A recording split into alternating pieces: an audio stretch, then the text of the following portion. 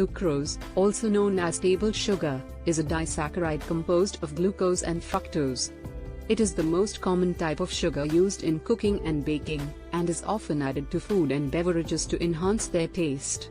Sucrose is found naturally in many fruits and vegetables, but is most commonly extracted from sugarcane or sugar beets. These plants are harvested and crushed to extract the juice, which is then boiled to create a thick syrup. The syrup is then spun in a centrifuge to separate the sucrose crystals from the remaining molasses, which is a byproduct of the process. In the body, sucrose is broken down into its component parts, glucose and fructose, by the digestive system. The glucose is then used by the body's cells for energy, while the fructose is primarily metabolized by the liver.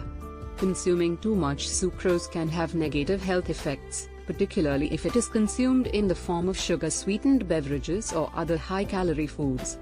Consuming large amounts of sucrose can lead to weight gain and obesity, and can increase the risk of developing type 2 diabetes and other chronic health conditions. To reduce sucrose intake, it is important to read food labels and choose foods that are lower in added sugars. Some ways to reduce sucrose intake include choosing water or unsweetened beverages instead of sugar-sweetened beverages, limiting desserts and sweet treats, choosing fresh fruits instead of fruit juices, which often contain added sugars, choosing plain yogurt instead of flavored yogurt, which often contains added sugars, cooking at home instead of eating out, as many restaurant meals are high in added sugars. In summary, sucrose is a type of sugar that is found naturally in many fruits and vegetables, and is commonly extracted from sugarcane or sugar beets.